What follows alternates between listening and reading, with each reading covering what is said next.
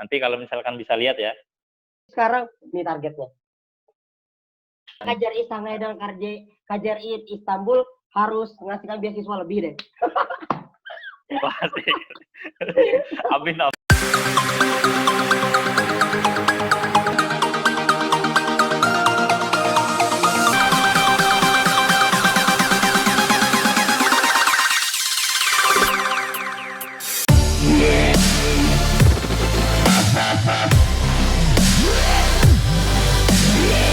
Assalamualaikum warahmatullahi wabarakatuh.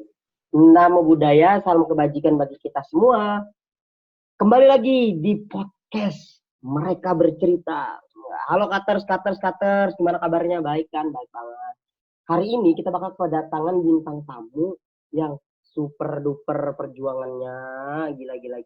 Beliau ini pernah, dulunya itu adalah kakak kelas aku di SD, juga kakak kelas aku di SMA.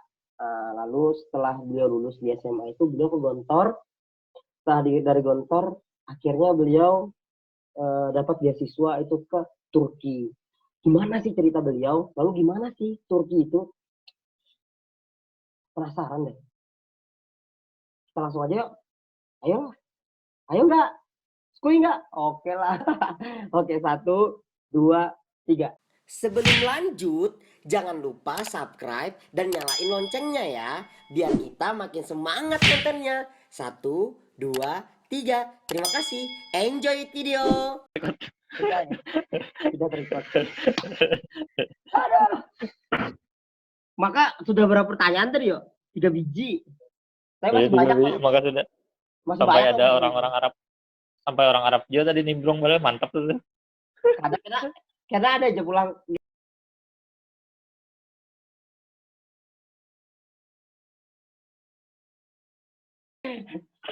Oke, kata kita kedatangan seseorang. Waduh, seseorang yang benar-benar sangat menginspirasi bagi teman-teman, khususnya teman-teman yang ada di Parenggean. Parenggean tuh daerah kita gitu. Mungkin daerah beliau, daerah aku juga sama. Sekampung. Iya, sekampung. Kita langsung aja. Bang Ajar, monggo perkenalan diri. Oke, sebelumnya saya sapa dulu. Hai sahabat Qatar dimanapun berada. Semoga kita selalu sehat dan juga selalu motivasi diri ya. Dan Amin. selalu semangat dalam kegiatan apapun. Amin. Oke, sebelumnya perkenalkan nama saya Azhar Nur. Biasanya dipanggil Bang Azhar ya, ataupun Mas Azhar, terserah mau manggilnya apa. Azhar juga boleh kalau orang-orang pramuka. Kenalkan saya dulu Azhar Nur dari Parenggean. Parenggean itu Kecamatan Parenggean ya, Kabupaten Kota Waringin Timur, di daerah Sampit, tempatnya Kalimantan Tengah. Sekarang saya sedang melanjutkan kuliah saya di salah satu kampus di dua benua, negeri dua benua ya. Enak. Ya, negeri dua benua itu Turki ya. Karena kebetulan juga kuliah di sini, alhamdulillah ada dapat beasiswa dari kampus saya, yaitu Istanbul Sabahattin Zaim University, mengambil program pasca sarjana di jurusan Islamic Studies dan fakultasnya sosial. Jadi agak unik ya, jurusannya Islamic Studies tapi fakultasnya sosial. Keren. Ya, gitu. Dan juga sama Irul ini udah tidak asing lagi ya, karena kita udah lama bareng, satu kampung, juga dulu SMA-nya bareng gitu. SD juga bareng, kita SD bareng. Oh ya, dari SD, jangan dari TK bareng di TK Bahtera. Iya, TK Bahtera kan kakak kelas. Oh iya. TK, berarti kita udah lama kenal, tapi memang sama Irul lebih kenal dekatnya pas waktu di SD ya mungkin ya, di SD. Ya, karena di Pramuka itu lagi ya. Lanjut ke, betul. Gitulah. Ya, saya di Turki cuman kuliah biasa, jadi mahasiswa biasa, Rul. Ya, tidak ada kerjaan yang wah, belum. Teman-teman, kita harus ulik benar-benar ini. Ini ada banyak banget cerita tentang beliau.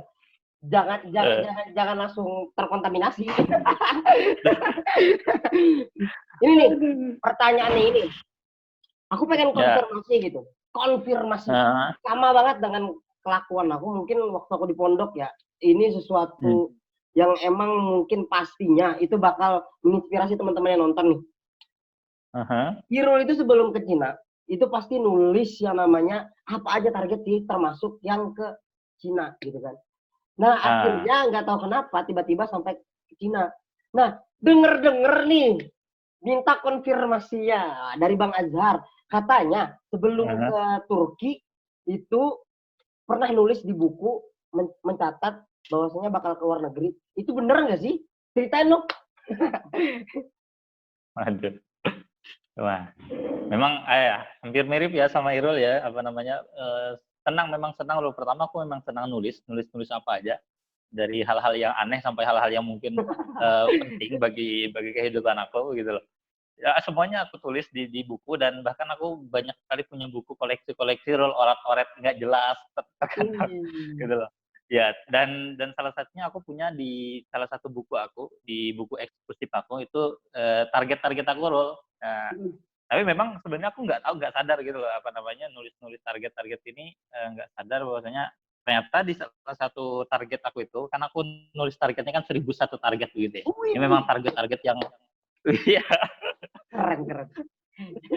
1.000-nya itu target untuk masyarakat, satunya buat aku lah istilahnya. Wah. Anjir. Ya, jadi 1.001 target yang aku miliki tadi, di antaranya ternyata aku pernah nulis role, aku pun baru sadar setelah aku ada di Turki. Nah, di salah satu tulisannya itu ingin belajar ataupun kuliah di negara Turki begitu loh. Nah, ternyata setelah udah lama sudah sampai di Turki ketika itu. Nah, jadi aku kan kalau buka-buka diary ataupun target-target itu kan nggak setiap hari ya. Kalau setiap hari juga itu bukan target namanya. Ini cita-cita yang besar itu nggak bisa dicontreng secepat gitu loh. Pasti ada cita-cita yang memerlukan waktu panjang. Nah, jadi aku bukanya itu mungkin sekitar berapa bulan sekali begitu. Setelah setengah tahun sekali gitu loh, untuk yang targetnya, tapi tulisnya terus ditulis begitu loh. Nah, ternyata pas aku sampai di Turki setelah 2 bulan atau setengah tahun gitu ya, 2 bulanan ya, setengah tahun setelah di Turki. Nah, aku buka-buka lagi nih target-targetku apa aja nih. Biasanya kan target-target ya harus dicontreng, namanya berhasil apa enggak gitu kan. Kadang ada yang nggak berhasil, banyak yang nggak berhasil, ada yang berhasil gitu loh. Ya, namanya juga target kan. Kalau berhasil semua itu namanya bukan usaha gitu. Nah, jadi ternyata di situ ada tulisan tentang studi ke luar negeri gitu. Ini ada, kebetulan aku bawa bukunya sih sekarang gitu loh. Langsung. Tumben-tumbenan bawa bukunya gitu. Ini ada bukunya. Bukunya nggak terlalu bagus ya, udah lama karena udah usang, udah semenjak hampir 5-6 tahunan lebih aku pakai buku ini. Wow. Di antaranya ini buku biasa ya, buku binder biasa kalau kelihatan ya teman-teman. Nah, di buku ini aku mencatat 1.001 target aku tadi yang sudah aku bilang. Nah, dan di sana ada tulisan tentang kuliah kuliah di Turki begitu. Mana ya tulisannya? Oh ya ini. Nanti kalau misalkan bisa lihat ya. Deketin lagi, Bang. Oh, deketin lagi. Deketin lagi. Di kuliah di. Nah, ya kelihatan. Kelihatan ya. Nanti di screenshot atau gimana gitu ya. Iya, di mana, di sini atau enggak di mana gitu. Pengulangan ini. Ya. editor. Iya, okay. Betul. Nah, jadi di situ aku nulis kuliah di Turki gitu. Ternyata tanpa aku sadari tulisan itu menjadi doa yang diijabah oleh Allah Subhanahu wa taala gitu. Dan itu sangat bersyukur sekali gitu loh. Dan memang apa ya, dasar apapun terpacunya aku menulis ini, stimulusnya memang dari apa ya, motivasinya dari teman-teman gitu. Baik itu dari asatid, baik itu dari teman-teman seangkatan, maupun juga ada adik kelas yang mungkin ya mereka sudah lebih dulu menuntut ilmu di luar negeri. Kayak seperti saya kan baru keluar negeri setelah S2 ya, Ril ya. Nah, kalau teman-teman kan ada yang seperti Hairul sendiri kan udah apa ya, menuntut ilmu di luar negeri sudah semenjak S1, dan itu menjadi motivasi sendiri bagi saya gitu. Yang akhirnya juga saya mengikuti nasihat mereka, coba tulis target-target kamu di buku begitu loh. Siapa tahu nanti bisa tercapai entah itu kapan, entah itu 1 tahun, 2 tahun, ataupun kapanpun itu gitu. Gitu ceritanya. Gila sih. Tapi emang bener sih ya. Kadang itu sesuatu yang kita tulis itu bisa jadi doa. Iya nggak, Bang? Nah, betul, jadi betul banget.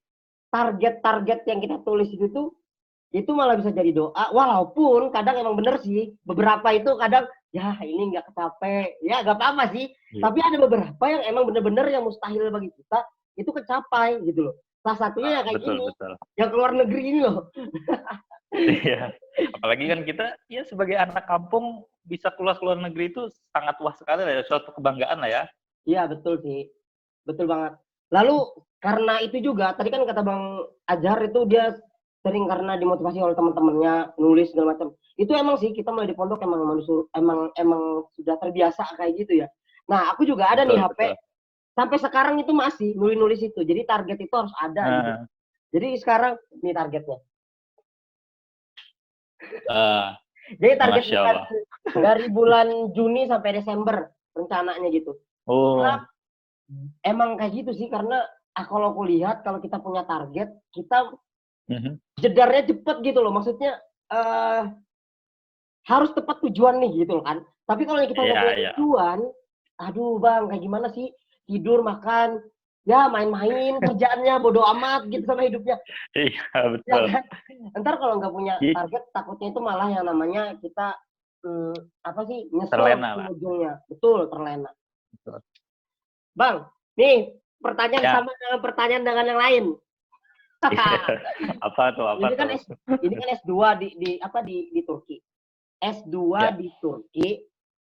Lalu bisa nggak nih ceritain tentang personalnya Bang? Maksudnya personalnya yang ada di Turki itu tentang pembelajarannya, lalu orang-orang di sana teman-temannya kayak gimana, lalu lagi sistemnya kayak gimana, apakah offline atau online, lalu gimana sih perbedaannya antara waktu ada COVID dengan sebelum ada COVID, maksudnya corona gitu.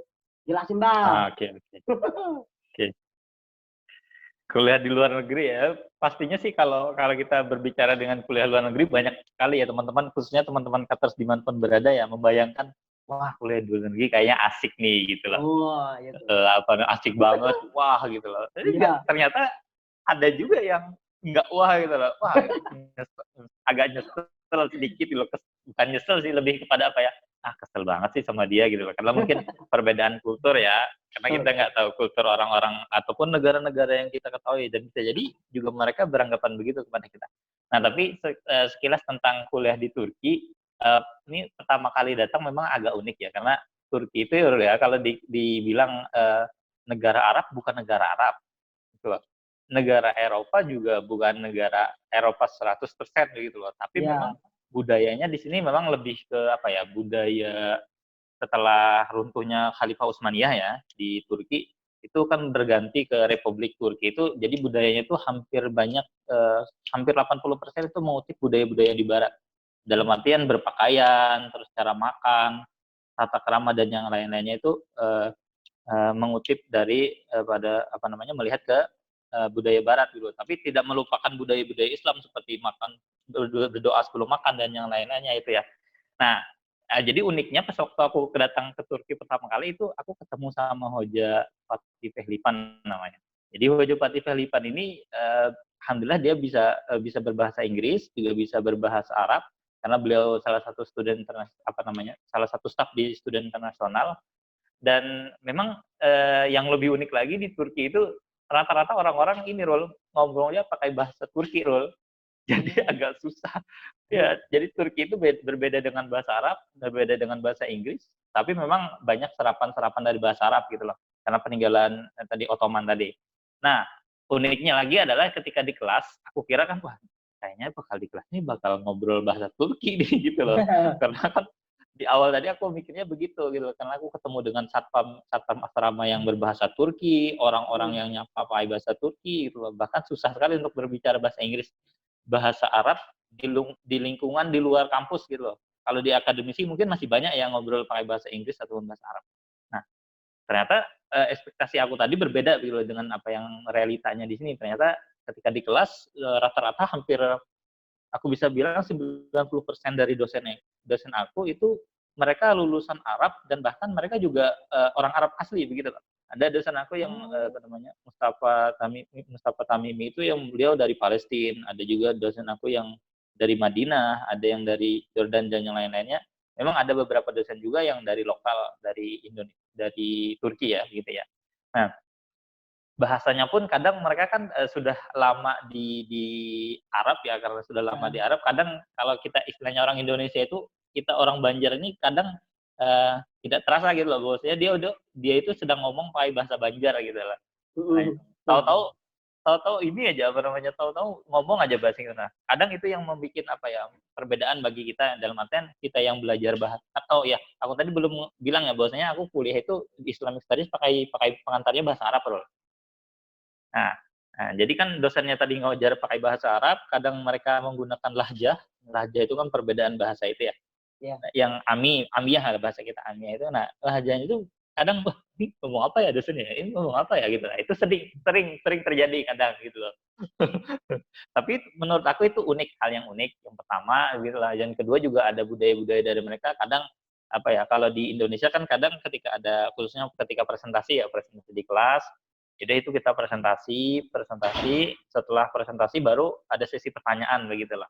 Nah, kalau di budaya di Arab mungkin berbeda sedikit ya, karena mereka budaya di Arab itu mereka apa namanya, presentasi, tapi ketika ada yang menurut mereka miss, itu langsung ditanyakan gitu orangnya. Jadi kadang presentasi belum selesai itu sudah banyak pertanyaan yang eee, mencet dan apa namanya, tapi tetap dengan forum ilmiah ya, dengan dalil-dalil, dengan apa namanya, data-data yang mereka dapat gitu.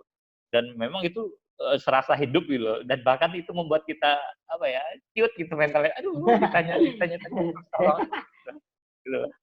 Tapi unik ya, itu menjadi hal yang unik menurut aku. Dan juga memang di sini apa namanya, Turki itu sangat memanfaatkan teknologi ya, dalam artian di sini kita absensi, terus lagi materi-materi, nilai dan yang lainnya itu rata-rata sudah semuanya di-upload di sistemnya gitu, di sistem kampus aku, di Izu Student gitu. Jadi semuanya kita kadang bahkan banyak dari dosen itu yang memberitahu kita materi-materi itu dari website itu gitu loh. Jadi udah di-upload ke website, terus lagi ya udah kita belajar dari situ, nanti minggu depan kita sudah membawa membawa apa ya, membawa pengetahuan yang sudah yang kita baca tadi minggu ini gitu loh.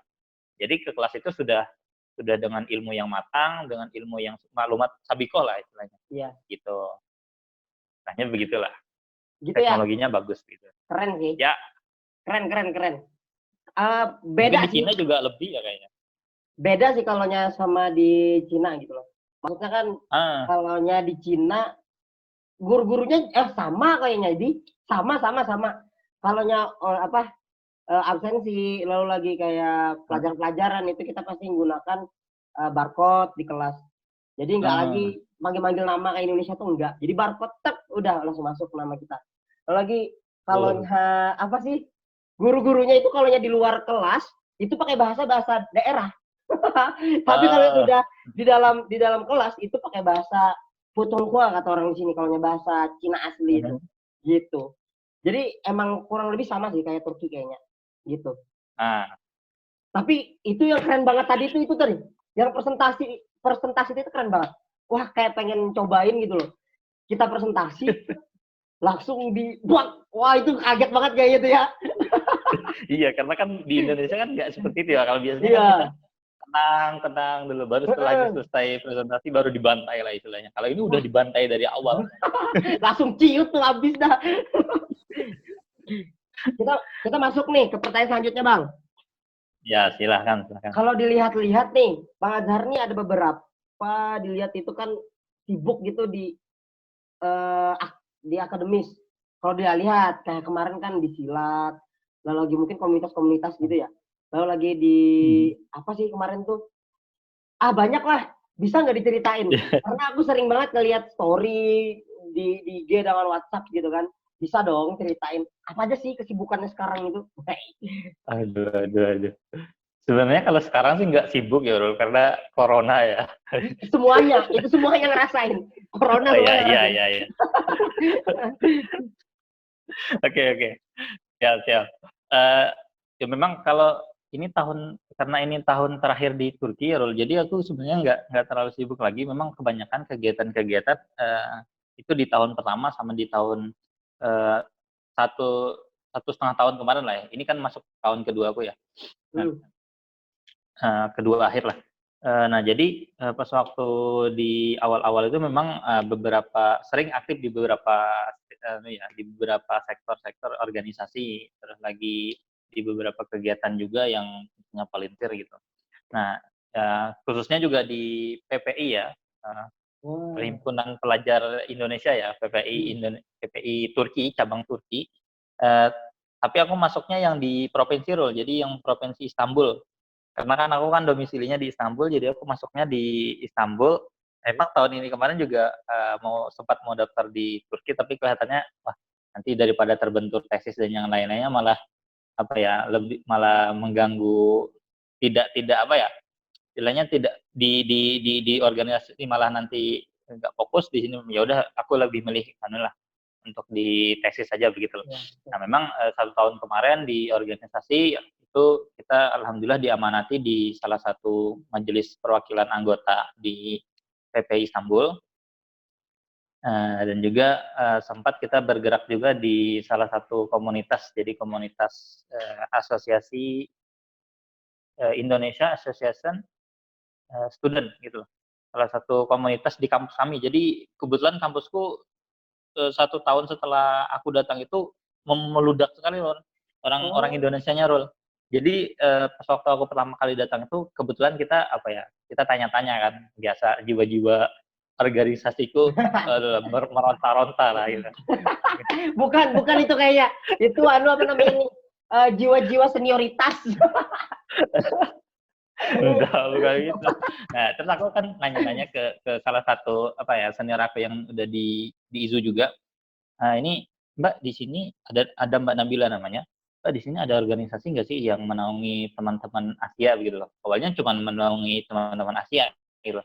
"Oh ya ada di sini namanya organisasi tapi tidak menaungi Asia," gitu loh, katanya menaungi, internasional namanya, ISAC, International Student Association Community Club gitu. Nah itu cuman menaungi teman-teman yang seluruh seluruh mahasiswa internasional loh, tapi tidak ada ternyata yang menaungi, mahasiswa Indonesia. Akhirnya aku dengan teman-teman yang lain coba kumpul, kita musyawarah bareng, dan akhirnya terciptalah, ISAS tadi. Sebelumnya namanya, Komunitas Forum Serumpun Indonesia Malai gitu. Jadi Wah. ada Indonesia sama Malai ketika itu. Nah, cuman tahun kedua ini memang sudah dipisah, supaya nanti takutnya, Indonesia sudah banyak sendiri orangnya, Malaysia juga banyak, nanti malah susah kan. Jadi tahun kedua memang kita fokuskan, untuk teman-teman Indonesia juga, Indonesia saja gitu loh. Tapi memang aku udah domisioner ya, domisioner. Udah nggak lagi di MPA juga udah dimisioner, di PP di ISAS tadi juga sudah dimisioner. Sekarang ya hanya Ja menikmati hidup inilah. iya, jadi kayaknya nih, kayaknya melanjutin tesis saja lagi kan? Iya melanjutkan tesis sama beberapa ada yang digarap sih memang dari teman-teman nih. Kemarin ada ini, kita pengen mencetuskan apa ya, kebetulan kan di sini ada sanggar-sanggar gitu, Mhm. Tapi sanggar-sanggar seni kebanyakan kayak tari, terus lagi, band-band gitu. Nah, ternyata aku kan orang yang suka di silat ya, dari dulu ya, dari Ya. SMP, SMA ya, tahu ya. Nah, aku kan senang di silat, tapi ternyata di sini komunitas silat belum ada, begitu loh. Wah, keren. Nah, jadi kita coba cetuskan kembali ya, asik, Wih, mencetuskan, padahal asik bukan banget. mencetuskan juga, apa ya, ya ya Kayaknya ya bisa deh nih digabung-gabungin sama Pepsina. wah, siap siap. Tapi kami mah jauh mah sama sama Cina. Kami baru baru merintis gitu loh. Kalau teman-teman di Cina kan udah lama. Nah, tapi apa namanya, sangat bersyukur gitu loh. Kita ternyata pas waktu awal mulai pendirian, komunitas ini, yang silat ini kita sangat apa namanya, sangat dibantu sekali dan bahkan disupport oleh KJRI Istanbul ya. Bahkan Oh. Pak Konjennya itu sambil langsung mendanai kita, "Kalian kalau mau melatih orang-orang Turki, kita buka latihan kursusnya." Jadi awal-awal pembangunan ini awal-awal pendirian udah disuruh nanti kita ngelatih, terus lagi yang lain. Cuman memang karena terbentur corona ya, jadi untuk sekarang belum bisa ngelatih dulu, jadi diundur gitu. Dan kita difasilitasi tempat-tempat dan juga peralatan, mau beli apa nanti kita belikan, wah sih gitu loh. Wih, Gitu. keren KJRI Turki. Istanbul, Istanbul. KJRI Shanghai Istanbul. keren juga sih, sama sih. Waduh. Karena belusukan juga Pak tuh. Konjen ya, harus lihat video ini kayaknya ya. Iyalah, ini. Wah, karena kita juga pengen banget bahwasanya aku yakin sih pokoknya orang-orang mahasiswa yang ada di luar negeri itu pengennya mereka itu budaya mereka itu terangkat di negara tersebut, di kampus tersebut betul. atau di daerah sana gitu. Kayak di sini tuh Mm-mm. ya, bahagia banget rasanya kalau kita tuh kayak kemarin itu kan yang aku kan murid baru di sini, murid pindahan. Jadi Ah. pas ngebawain silat itu orang-orang tiba-tiba, wah ini apa nih gitu loh. Jadi dan gara-gara silat ini orang-orang kenal semua jadinya. Oh itu anak yang kungfu kemarin Ah, katanya ini. Masalahnya bang, aku bawa parang itu yang parang buat silat itu aku golok putar-putar. ya. Anak-anak tuh semuanya takut. Andai ada vlog waktu itu, waduh rame banget kayaknya. Wah semuanya nyingkir, Oh, anak tai segala macam. Tapi di situ sih jadinya emang sih bener. Sama Zainis kemarin juga cerita kayak gitu kan di Mesir katanya emang ah. suatu kebanggaan gitu kalau budaya kita tuh kayak dikenal banget sama orang di sini. Itu Iya betul, pastinya lah. Apalagi kita kan membawa Indonesia lah, misalnya. iya. Kayaknya Perwakilan. Kajar Istangai dan Kajar Istanbul harus ngasihkan beasiswa lebih deh. Pasti. Amin amin lah. Aduh ya Allah. Oke bang, tadi kan sesi Ya, pertanyaan dari aku tuh.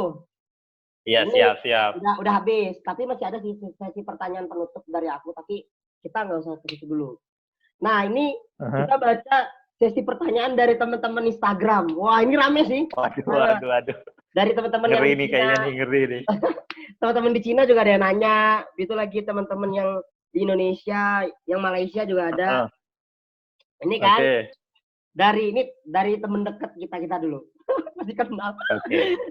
Etril Yupi katanya. Oh, Ini yang ribut di grup. apa nih? Nah, ini langsung aja ya, langsung to the point. Udah ada Eh, kepikiran nggak atau rencana buat ngehalalin seseorang katanya?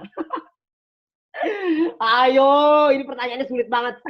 Ini sulit banget pertanyaannya.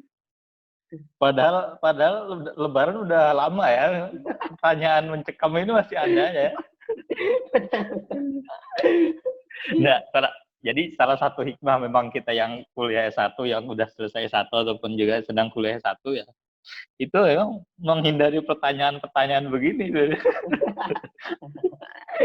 Aduh, gimana ya? Aduh. Kalau memang ada dibilang niatan ada menghalalin seseorang, ada niatan. Tapi nggak tahu siapa yang dihalin, nanti kita lihat lah nanti ya kan. Tenang guys. Di bawah Instagramnya, tenang, di deskripsi baca Instagram. Ya, tapi memang apa namanya, kalau menurut aku sekarang, aku lebih fokus ke S2 dulu, Rul. Dalam artian, nanti pengen selesaiin dulu S2, baru kalau memang misalkan setelah selesai S2 memang ada jodohnya untuk nikah, ya udah nikah. Tapi kalau misalkan harus kerja dulu, ya udah kerja dulu. Karena kan ngalalin anak orang kan juga perlu dana gitu ya. Iya, Ya, betul, jadi cinta betul. itu aku nggak perlu dana dari kamu, aku cuma perlu cinta dari kamu. Itu ya, ya itu kiasnya. Tapi di balik itu kan tetap kita memerlukan apa ya, untuk Modal. diperlukan dana loh, modal betul untuk anak-anak. Tapi ada niatan pastinya. Ya Gitu sih, loh. semuanya pengen bang, semuanya pengen. Tapi ya itu kendalanya. Orang-orang nih mereka tuh nggak mikir gitu loh. Kau belum kawin lah. Kau kira kawin pakai daun? Rumah di mana, Pe? Itu yang dipikirin. Iya, Anak orang kasih makan apa? Bener sih, ntar kalau sudah nikah, sudah kalau segala macam rezekinya dapat. Tapi kan kita perlu planning ini betul, kan buat betul. seumur hidup kan, Bang ya? Betul. Ini aku dari Jadi hati juga apa? keluar nih. Iya betul. Kalau memang banyak omongan bahwasanya, wah kita berjuang dari nol. Kalau bisa membuat istrinya tidak berjuang dari nol, kenapa tidak? Kenapa tidak gitu kan? Itu kan mempermudah juga begitu. Begitu. Yupi, sudah kejawab nggak? Nih. Oke nih, dari kakak kelasku yang ada di kampus sebelah, yaitu Nanjing Forest University. Mary Oke. Alhamda. Beliau ini orang Padang. Kata Oh beliau, ya, kalau Mbak Mary. traveling, Mhm. berapa sih biaya yang harus dikeluarkan di sana? Oke. Ini travelingnya ini ya, apa bahasanya, apa, backpacker ya maksudnya? Traveling backpacker apa pakai Mungkin jasa? mungkin jalan-jalan biasa aja. Oke. Kalau jalan-jalan biasa backpacker ya aku bisa bilang nih, di luar tiket pesawat ya Rol ini ya. Nah, di luar tiket pesawat itu bisa aku bilang traveling di sini 7 hari 8 hari 7 malam lah. Nah, itu sekitar 8 sampai 9 juta habisnya. Wow. Lumayan Ya, kan itu tapi itu ya lumayan, memang lumayan, tapi itu juga apa ya, itu sudah menghabiskan apa ya, bukan menghabiskan, itu kamu udah explore di mana-mana, Mbak. Yang kamu bisa explore apa namanya, Selat Bosporus, kamu bisa masuk Hagia Sophia, kamu bisa masuk Blue Mosque, kamu bisa ke tempat Efesus yang dulu tempatnya gladiator-gladiator Romawi gitu loh. Juga apa ya, salah satu spot yang paling ini kan ditunggu-tunggu oleh orang yang Turki kan Kapadokia ya. Kapadokia itu yang balon udara itu, Rul. Ya, tahu. Wah, ya kan? Itu kan yang apa itu ini? berapa biayanya? Itu berapa biayanya tuh? Sabar. Excited nih.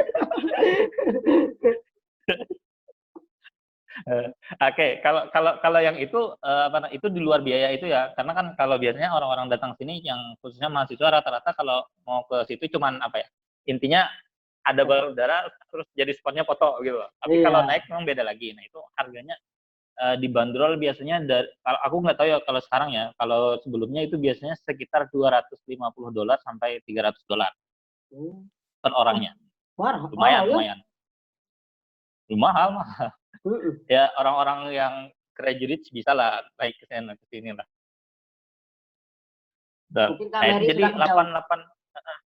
Jadi yang 8 juta tadi bisa Anda sudah bisa menikmati Istanbul dan seluruh Turki lah. Ataupun bisa hubungi saya lah, nanti bisa saya pandu lah. Ada Instagram di bawah. Ada. Kita juga student kan apa namanya sambil menyelam minum air lah istilahnya. Bagi teman-teman yang mau ke Cina sini juga ya, nih di Instagram di bawah. Oh iya. Promosi mulu. Ini dari adik kelas tuh Bang. Alam Masta. Pertanyaannya nih ambigu.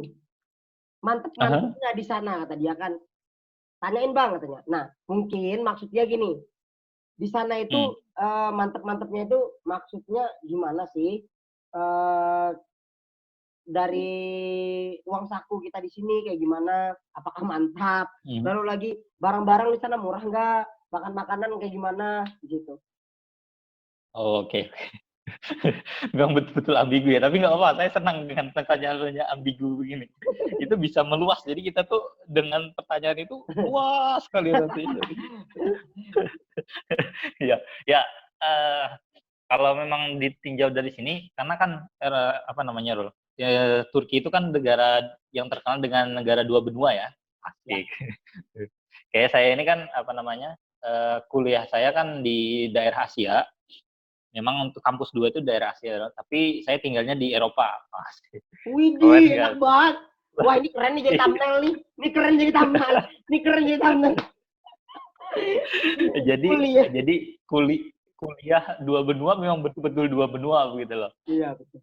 Nah, jadi apa namanya? Jadi memang itu memang apa ya? Sebenarnya ketidaktahuan yang menjadi berkah lah istilahnya. Karena kan sebenarnya kampus aku itu yang kampus satunya itu kan di Eropa, di bagian Eropa, dan ada kampus 2 di bagian Asia. Nah, ketika itu kan awal aku masuk ke kampus 1 gitu loh. Aku kira kampus aku di kampus 1 itu tadi. Jadi kita apa namanya? Awal mulanya itu asramanya juga asrama di kampus pusat. Setelah 1 bulan aku coba di apartemen karena ada teman-teman yang ngajakin apartemen. Jadi kita tinggal di apartemen di daerah Eropa begitu. Nah, ternyata kampus aku itu kampusnya di tempat apa namanya? Di kampus 2 yang ada di Asia, ya udahlah nggak apa-apa lah.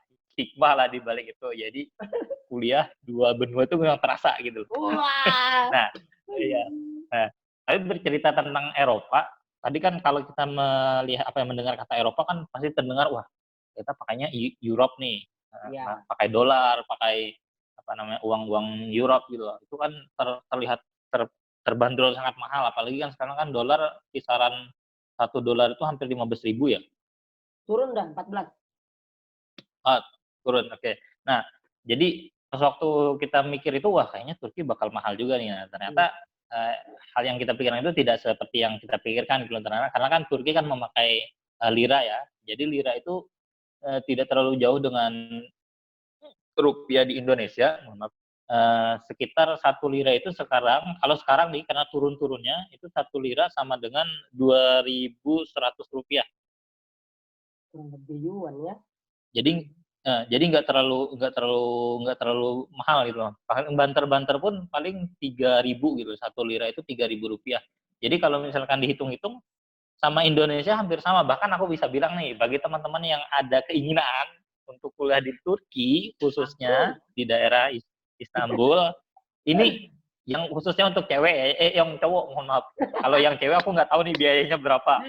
Kalau untuk cowok aku tahu, jadi yang khususnya aku yang pernah tinggal di apartemen, itu kalian cukup punya dana 3 juta, 2.500.000 sampai 3 juta itu kalian sudah bisa hidup nikmat di Turki. Wah, Betul. dan itu udah masuk semua loh, Rul. Itu udah masuk biaya apartemen, biaya listrik, biaya air, biaya transportasi, biaya makan, jalan-jalan itu sudah include 2.500.000 itu bayangkan. Tapi ini untuk hidup normal lah ya. Kalau yang anak-anak sultan ya terserah lah mau 5 juta, 6 juta itu udah jalan-jalan kemana lah itu. Itu gak usah dipikirin itu. Wah, gak bisa dipikirin itu kalau anak sultan. Iya. Oh iya nih. Jadi Turki Ini ada pertanyaan yang wow banget nih. Wow banget. Bukan wow banget nih, aku juga pengen tahu gitu loh. Ini dari Rina Fahrina. Oke, Rina, oke. Kuliner di sana gimana sih? Maksudnya nih, aku jabarin dikit ya. Makanan unik di sana tuh apa aja ada di sana. Lalu, kalaunya di sini kan itu ada namanya Huang Menci, namanya yellow chicken. Itu siapa aja orang Indonesia pertama datang ke Cina, itu pasti pas lidahnya. Nah, kalau di Turki ada nggak? Maksudnya makanan unik atau yang enak apa aja, harganya gimana gitu? Kita tarik dari Turki sendiri dulu ya. Yang paling terkenal ya, kalau nyebut Turki apa makanan Turki yang terkenal di Indonesia? Yang kayak es krim itu apa namanya? Dondurma ya, dondurma. Ya, oh itu kan namanya. Ya, lawan kebab lah salah satunya kebab. Iya, kebab. Kebab Turki ya. Nah, ternyata itu ini di Turki itu ternyata kebab itu berbeda dengan di Indonesia gitu loh. Nah, yang terkait tadi makanan apa aja sih yang cocok dengan lidah Indonesia ya? Salah satunya tadi dondurma. Dondurma itu es krimnya Turki yang kadang kita kalau mau ngambil itu dipermainkan dulu ya sampai kesel-kesel ya. Iya, pakai kapan ngasih enggak jangan ngasih yang enggak dong. Gitu loh. Nah, itu dondurma itu memang memang es krimnya Turki dan itu memang mungkin aku nggak tahu ya ada komposisinya apa dan gimana, itu memang komposisinya memang tahan lama gitu. Dondurma itu berbeda dengan es krim yang ada biasanya yang yang sudah bentuk packaging gitu yang kadang kalau di luar kulkas itu cepat meleleh ya, tapi kalau dondurma itu memang dia bahkan sampai 1 jam itu masih berbentuk begitu gitu, bentuk es krim ya, saking dia komposisinya bagus banget gitu. Nah, dan itu memang sangat namanya es krim cocok ya di lidah Indonesia dimanapun itu. Nah, terus juga terkait kebab tadi. Nah, kebab ini ternyata di Turki itu kebab itu bukan seperti kebab yang kita lihat itu, Rul. Lalu? Jadi kita harus tahu kebab itu ternyata adalah sate bahasa di Indonesianya. Walah, tape. Sate. Oh, sate. Loh, kok sate? Iya. Jadi kebab itu adalah daging yang ditusuk.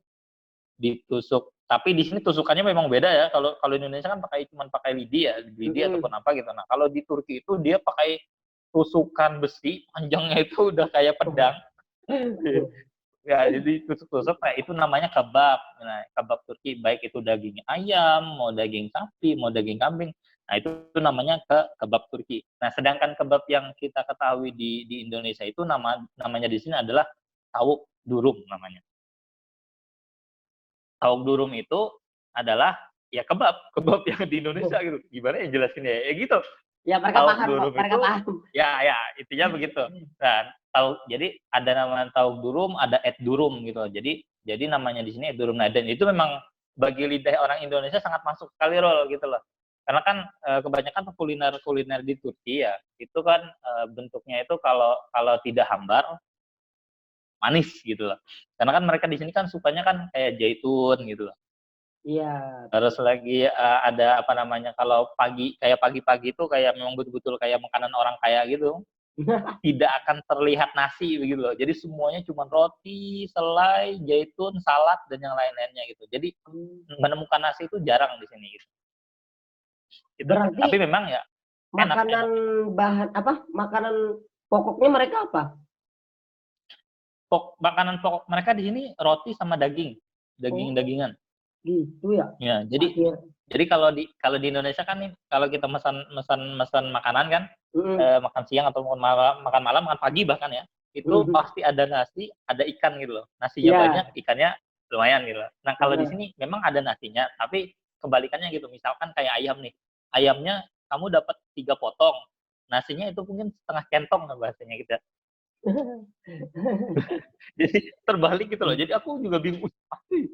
Apalagi kita kan dulu di SMA kan pernah makan di asrama itu apa namanya, ya kita nasinya becubung lah bahasa Banjarnya itu, becubung nasinya. Banyak gitu ya, banyak Terus banget. lagi iya banyak banyak banget gitu, tapi ikannya kan sedikit. Nah itu tapi kebalikannya kalau di sini gitu. Malah Gitu, lauknya jadi yang jadi banyak ya. iya di sini lauknya yang banyak. Karena itu mungkin makanan pokok mereka. Oh, gitu ya. Kalau di sini Ya, tuh yang lucunya, biasanya kan kalau KFC kita beli, itu ada nasinya kan. Kami beli KFC, nah, loh nasinya mana? Nggak ada. Ayam doang nih iya makan, aduh. betul betul. Di sini juga KFC, di sini KFC nggak ada nasinya Rul. Jadi cuma ada roti Iya, doang. makanya itu yang Iya. gregetannya. Tapi biasanya ada sih Jadi kalau di kereta-kereta itu biasanya ada bubur doang sih, nggak ada nasi. ah, eh, boleh lah nanti bikin challenge lah, bawa bawa apa ya, kayak challenge rice cooker kayak inilah kayak KFC. Iya betul betul betul. Bagi-bagi sama orang sana. Aduh. Ini ada pertanyaan lagi nih yang terakhir dari teman-teman Instagram Ah, whitemarket.co17. Ini sebenarnya bukan waduh. harinya dia nanya kemarin, baru-baru aja. Masih Mhm. bisa nanya katanya, boleh Oke. kataku. Kata dia, Oke. dia ada dua pertanyaan nih. Oh tapi sudah sih yang kedua tadi sudah tentang makanan. Yang pertama aja, Aha. biar mahasiswa perantauan. Nah nih, biar mahasiswa perantauan bisa dapat uang jajan atau uang saku tambahan gimana? Wah ini bisa larinya ke part time nih pasti nih. Ceritain bang, Iya iya gimana? iya. Aduh ini panjang sekali ya, apalagi kayak kayak kita ya, kayak kita. Aku tadi udah bilang di awal ya, kalau aku di sini emang dapat beasiswa kuliah, tapi untuk kuliahnya saja tidak kuli pandit ya. Mungkin kalau Irul kan mungkin kuli pandit ya, Rul ya? Aku separuh juga bang. Heeh. Nah, jadi aku tuh, kuliahnya dapat beasiswa, apa namanya, terus lagi memang living cost-nya, harus cari sendiri dan ketika itu memang waktu awal-awal aku berangkat ke sini sudah pernah mengajukan ke pemerintahan, Pemda ya, Pemda Kotim, Kota Waringin Timur dan alhamdulillah ada bantuan dari Pemda Kotim. Cuman memang, tidak bisa menutupi semua biaya hidup ya, gitu loh. Dan akhirnya kan kita kan, nyari-nyari tambahan sendiri kan, apalagi udah S2 lah. Ya sadar diri dan juga bahkan mungkin mahasiswa-mahasiswa yang S1 pun juga sama dengan pikiran kita untuk ketika kuliah di luar negeri itu tidak mudah lagi seperti kuliah di Indonesia yang, kalau kita nyari-nyari tambahan itu gampang gitu kan. Apalagi terkhusus dari bahasa nih Rol, kan kita tahu kan Turki Betul. tadi aku bilang, orang-orang Turki nggak semuanya berbahasa Inggris atau bahasa Arab gitu. Nah Betul. jadinya ada beberapa kalau pengen kuliah di sini tenang, akan ada tambahan-tambahan uang jajan lah buat kalian ketika kalian memang mau. Tapi kuncinya satu, kalian pelajari bahasa gitu loh. Nah, tapi memang kerjaan-kerjanya tidak semua bisa kita kerjakan yang kayak contohnya kayak di kantor-kantor itu nggak bisa kita. Karena kan dengan visa student itu melanggar hukum di sini. Jadi kalau visa student cuman bolehnya mungkin part time ataupun kerja-kerja yang bentuknya apa ya, eee, individual gitu. Contohnya kayak aku kan pernah pernah jadi, pertama kali ke Turki aku pernah ditawari translator gitu loh, sebagai translator jamaah rombongan. Jadi ketika itu, ada salah satu senior aku yang nelpon aku, "Ini Azhar bisa nggak jadi, apa namanya, tour guide?" Gitu loh. "Tour guide gimana Bang?" "Nerjemahin nerjemahin." Karena kebetulan ketika itu guide yang dari Turki ini dia cuman bisa bahasa Turki sama bahasa Inggris gitu loh. Oh, Jadi akhirnya aku sebagai orang yang sebenarnya nggak bisa, nggak pernah nge-guide sebelumnya, nggak pernah gitu. Tapi udah pede aja karena kan apa ya, kalau bahasa mahasiswa di Jawa Gontor itu ya hanu lah, pede aja. Mislu jidan ya kalau bahasanya. Itu bahasa Nah, daerah akhirnya kalau ya mislu udah pede. jidan. Ya, mislu jidan bahasa daerah itu karena ya udah pede aja karena ada basic dalam bahasa Inggris dan juga sedikit dari bahasa Turki, ya udah akhirnya kita kita ikut ambil itu dan wah itu lumayan banget gitu. Pertama kita dapat dapat uang jajan yang banyak, kedua juga kita dapat apa namanya tidur di hotel, terus Iya. lagi keliling Turki gratis, lah itu Heeh. bangga lah istilahnya. Terus juga Wah. banyak lagi kerjaan-kerjaan ada yang teman-teman di sini juga yang nyambi sebagai apa namanya just tip, ya jasa titip ya. Misalkan ngirim-ngirim barang dari Indonesia ke Turki ataupun juga dari barang-barang Indonesia yang bisa diimpor ke ekspor ke Turki ya gitulah. Nah, Hmm. terus juga banyak juga yang nyambi-nyambi sebagai apa namanya pelayan-pelayan di restoran gitu sebagai apa namanya sebagai ya itu yang Sebagai pelayan. nyerahin minuman, ya pelayan gitu.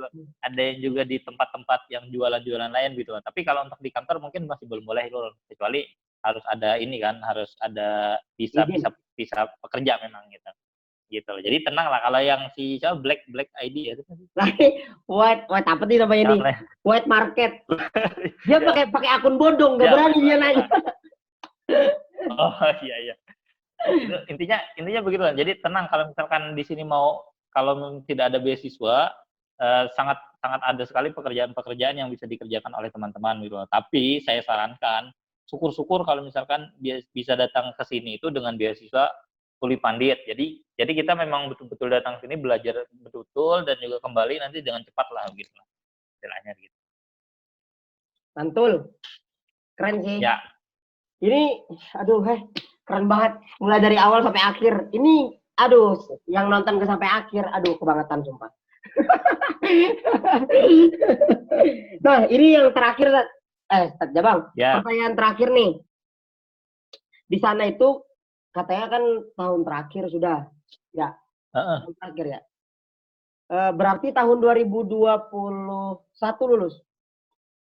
2020 malah ini. Doakanlah 2020 ini. 2020 ya? Wah. Oh iya. Sama dengan Ya. Zaimi dan kawan-kawan ya. Iya. Oke. Nah, rencananya nih punya planning dan langkah apa? Tadi kan benar sih, maksudnya itu kan masih masalah tentang nikah kalau itu.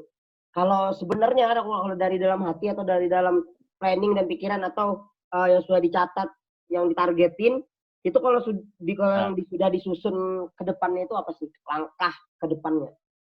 Dan terakhir setelah itu apa sih saran dan pesan buat seluruh masyarakat Indonesia, khususnya pemuda kayak kita dan orang-orang di Parenggian? Oke. Aduh, ini pertanyaannya ini ya bercabang ya.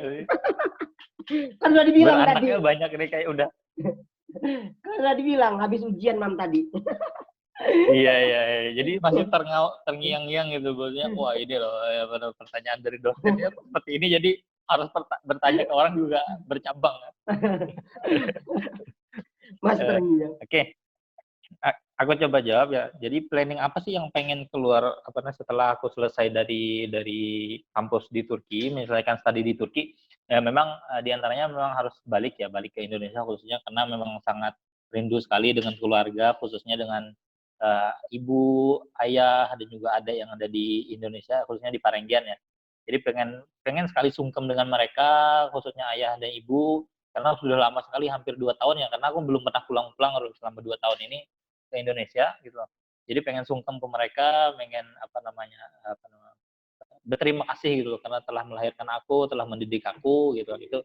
Dan juga mungkin selain itu kalau itu yang utama menurut aku itu adalah target utama aku. Karena sesungguhnya ya kebermanfaatan kita dan bisanya aku keluar negeri karena tidak lain adalah bantuan dari orang tuaku gitu, pertolongan, dorongan bahkan motivasi dari kedua orang tuaku. Nah, terus juga yang selanjutnya kalau planning dalam dunia karir dan yang lain-lainnya aku sebenarnya rahasia ya, bukan rahasia sih, rahasia umum lah istilahnya begitu. Nah nanti ada Buka. target paling paling paling paling terbesar aku ada loh, tapi nanti nggak bisa aku kasih tahu di sini lah, nanti tinggal buka di Instagram aku, di nur.azharalfaringgi. Di bawah deskripsi, ada di deskripsi, woi. Ya, nanti di link bio Instagram aku itu, di situ ada aku tulis cita-cita terbesar aku gitu loh. Nanti teman-teman bisa lah lihat di situ lah. Kok aku Biar nggak penasaran tahu kan. ya? Nggak lihat. Wah, nanti harus lihat juga. Yang IG satunya tapi bukan yang, kan aku ada 2 yang, kalau yang satunya kan IG yang satu itu memang khusus tentang 1001 masjid, selfie 1001 Ya. masjid. Nah, jadi aku punya IG satunya lagi yang memang itu tentang kepribadian umum aku. Jadi story tentang kegiatan aku di Turki, terus lagi apa ini. Nah, itu di nur.azharalfaringgi tadi. Nah, silakan lihat itu. Dan juga aku memang sekarang ini ada beberapa apa ya, beberapa lembaga-lembaga yang pengen aku rintis gitu loh. Di antaranya juga kita pengen merintis lembaga konsultan gitu. Karena kan banyak sekali teman-teman yang nge-DM ya. Mungkin sama Irul juga banyak teman-teman yang nge-DM Irul ya untuk bertanya gimana sih Kak untuk kuliah ke luar negeri gitu. Gimana caranya dapatin beasiswa, gimana caranya gimana caranya daftarnya, atau lagi apa aja yang disiapin. Nah, berdasarkan dari ini, jadi aku ingin mencetuskan membuatlah dengan teman-teman lembaga konsultan, konsultasi luar negeri yang itu tetap berdasarkan berdasarkan yang dari pengalaman pribadi kita, dari pengalaman teman-teman yang awarded di beasiswa ini juga gitu. Dan juga kita memang ada bisnis-bisnis, di antaranya bisnis kayak kita bangun travel lah, kita bangun kerjasama dengan travel ataupun company di Turki, yang siapa tahu nanti dari teman-teman ada yang pengen ke sini ya bisa pakai hubungi kita gitu loh, kita bantu dengan dengan harga mahasiswa gitu. Ya, iya, gitu. Tapi kalau planning lain banyak sekali loh, entah itu ngajar di kampus, khususnya cita-cita saya kan dari juga ibu saya, kamu harus ngajar pokoknya. Mau setinggi apapun kamu ngajar gitu loh. Karena ngajar itu bagi ibu saya, dan juga mungkin di lembaga-lembaga pendidikan kita di SMA dulu, di kuliah ya, itu bahwasanya dimanapun kamu, apapun profesimu, tetaplah menjadi seorang guru gitu, seorang pengajar. Kamu menjadi pembisnis berarti ajarilah karyawan-karyawanmu. Kamu menjadi seorang dosen berarti ajarilah mahasiswa-mahasiswamu gitu. Kamu menjadi seorang pekerja, misalkan seorang istri ataupun ibu rumah tangga, maka jadilah pendidik bagi anak-anakmu. Asik. Wede. Nah, gitu loh. Ya, jadi istilahnya banyak planning-planning yang aku tuliskan, apalagi kan di awal tadi kita bahas, kita punya buku catatan yang ada target-target kita. Maka target-target itulah yang nantinya satu persatu, insya Allah biiznillah itu ingin kita capai satu-satu. Karena kan pertama juga ud'uni astajib lakum, berdoalah, ataupun istilahnya tulis itu istilahnya wujud daripada doa kan. Maka berdoalah, maka saya akan aku kabulkan. Dan lagi-lagi juga segala usaha itu, proses itu tidak akan mengkhianati hasilnya gitu loh. Istilahnya begitu. Dan pesan terakhir untuk teman-teman semua yang sedang menonton di sini, pertama saya bangga kepada harus bangga, pertama kita harus bangga kepada orang tua kita gitu. Sebagai orang yang telah mendidik kita, bagaimanapun latar belakang mereka, karena mereka lah yang membuat kita menjadi seperti ini sekarang ini. Dan juga saya sangat bangga mempunyai teman-teman juga, dan juga senior-senior, bahkan juga adik-adik kelas gitu, seperti Hairul yang sangat berprestasi di kancah-kancah nasional, internasional bahkan gitu loh. Dan itu dari latar belakang kita yang dari Parenggian. Kalau Parenggian itu desanya Kampung kecil ya? ya. Kecil banget. Ingat nggak kalau keliling 30 menit nggak sampai. Keliling pakai sepeda motor. Ya kemana lagi gitu ya Allah. Ya karena saking kecilnya. Tapi dari kampung yang desa yang kecil ini ternyata bisa melahirkan orang-orang yang melanjutkan kuliah ke luar negeri, dan bahkan bisa bersanding dengan orang-orang yang berprestasi di luar negeri gitu. Dan itu adalah suatu kebanggaan kita, karena sesungguhnya memang kemuliaan itu, kalau di dalam kata-kata mulia, kemuliaan itu bukan datang dari nasab Anda ataupun dari keturunan. Anda boleh menjadi keturunan sultan, Anda boleh menjadi keturunan presiden, Anda boleh menjadi keturunan orang-orang yang berpengaruh di dunia bahkan, di Indonesia maupun di dunia. Tapi yang membuat Anda berpengaruh sendiri itu adalah diri Anda sendiri gitu loh. Tentunya dengan pribadi kita sebagai seorang muslim menjaga akhlak kita, menjaga karakter kita tidak melebihi batasnya gitu loh. Yaitu dari pesan dari saya dan juga ingat kalau kalian keluar negeri hal yang paling penting dan sering diucapkan di SMA, language is not everything, but everything without language is nothing. Mantul, keren banget. Itu aja. Buat teman-teman Cutters, semoga bermanfaat banget, beneran. Ini aku yakin manfaat banget semuanya. Kalian, dari awal kita membahas yang namanya gimana target dari Ustadz Adjar. Kenapa aku sering bilang keceplosan bilang Ustadz? Karena emang orangnya menginspirasi banget bagi orang-orang gitu. Bahkan mama beliau Ibu Sukti atau mama angkat gua, biasanya beliau juga ceritain gitu gimana sih perjuangan seorang Abang Adjar ini gitu. Jadi kebanyakan kita adik-adik kelasnya atau teman-teman yang ada di Parenggean itu benar-benar menjadikan sosok seorang Adjar ini sebagai panutan. Walaupun walaupun mungkin kalau beliau bilang enggak lah, tapi itu kenyataan. Gimana dong? Gak bisa dipungkiri. Karena mungkin emang dari seorang Azhar itu bisa mempengaruhi orang-orang. Itu sih kalau menurut aku. Dan terima kasih banget. Mudah-mudahan sama-sama memberi manfaat lah. Amin. Makasih banget buat Bang Adhar yang udah meluangin waktunya. Tadi sebenarnya kita sudah ngelakuin podcast beberapa menit, ketemu orang Arab, ngomong sudah ternyata lupa di record. Tapi nggak apa-apa. Santai teman-teman Cutters. Pokoknya ntar misalnya ke Parenggean Bang Adhar, kalau bisa ntar kita bikin podcast lagi mungkin tentang pembangunan di Parenggean atau kayak gimana, kita bisa ajak-ajak teman-teman. Ya betul. Kita sebagai orang-orang di Parenggean harus membumikan mengguncang nama-nama Parenggean lah di kancah internasional. Wow. Sayang banget sih ada Rizky sebenarnya yang di Mesir ya. Rizky di Mesir Parenggean. Lalu Ulfah orang di Malaysia. Di Malaysia betul. Teman-teman SD 2 banyak dan aku rasa banyak yang sudah ke luar negeri ya orang-orang Parenggean lah. Banyak sekali. Ada yang di Yaman, ada di Mekah, tapi nggak kenal gitu loh. Karena mungkin bukan ada betul. Makanya emang bener sih yang namanya Al-Ashabut Tulab itu. Oh gini teman-teman, kita punya perkumpulan kalau di Parenggean itu ya. Perkumpulan itu anak-anak pesantren yang benar-benar kita sama-sama saling menguatkan gitu loh. Akhirnya satu sama lain itu saling mempengaruhi gimana caranya supaya kita tuh saling bisa mempengaruhi. Nah, salah satu pendirinya itu Bang Adhar dengan siapa namanya para senior Bang Ikhwan lah. Iya, dengan Bang Ikhwan. Ya. Pokoknya terima kasih Bang Adhar sudah ngasih waktu yang begitu panjang, banyak dramanya tadi, pindah-pindah tempat. Sampai ada orang ngelas di sana pindah-pindah. Aduh ya Allah. Mungkin semoga tapi aja itulah ini namanya hidup selalu ada naik turun gitu. Kalau lurus aja kan nggak asik ya. Betul juga sih. Ya kan kalau hidup di Indonesia juga nggak enak juga kan. Kita nggak bisa ngeliat gimana sih jadi Anda Cutter gitu. Oke. Ya, siap. Buat teman-teman yang sudah habis nonton, jangan lupa tuh di bawah tuh di link deskripsi ada Instagram kita berdua. Lalu juga ada YouTube-nya Bang Adhar. Kalau mau lihat di sana, ya kan. Lalu jangan lupa ditekan tombol subscribe-nya, lalu di like, disebarin ke semua orang, biar orang semua tahu gitu loh. Gimana sih masang target? Gimana sih menjadi orang bermanfaat kayak Ustadz Adhar? Gitu kan. Oke, Bang Adhar makasih ya. Aku tutup. Sama-sama. Saya juga terima kasih. Waalaikumsalam warahmatullahi wabarakatuh.